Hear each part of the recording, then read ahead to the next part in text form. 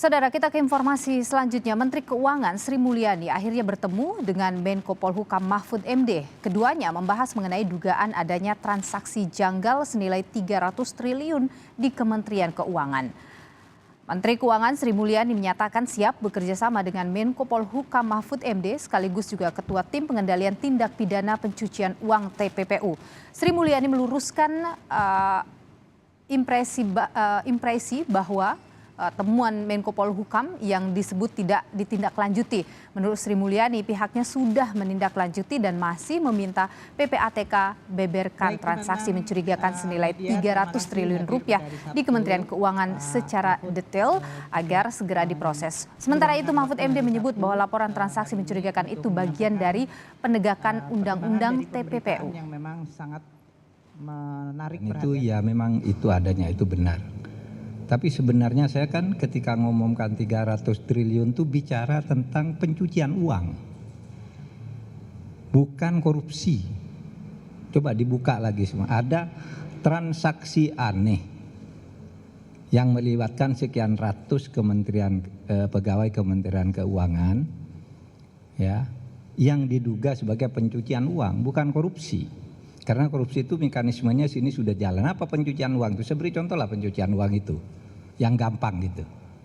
Yang sekarang sedang diperiksa. Rafael Alun. Itu akan dipresentasikan kepada aparat penegak hukum dan mengundang Ibu Sri Mulyani. Akan.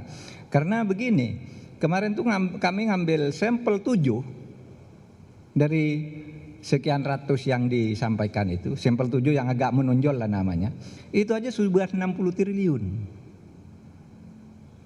Hitungan intelijennya, maaf. Papua itu kan sudah lama saya bilang, itu banyak korupsinya tapi temuannya baru intelijen.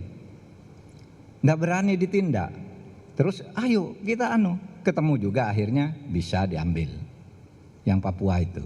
Itu kan banyak pencucian uangnya juga. Gitu.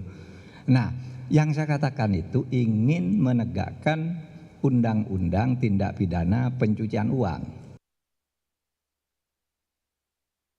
Sampai siang hari ini saya tidak mendapatkan informasi 300 triliun itu ngitungnya dari mana, transaksinya apa saja, siapa yang terlibat. Saya tanyakan kepada Pak Ivan 300 triliun itu seperti apa Mbok? Ya disampaikan aja secara jelas kepada media.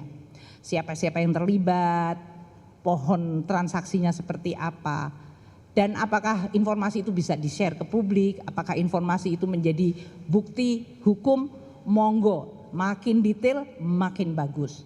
Saya juga ingin tahu supaya saya tahu siapa saja yang makin terlibat sehingga pembersihan kita juga lebih cepat.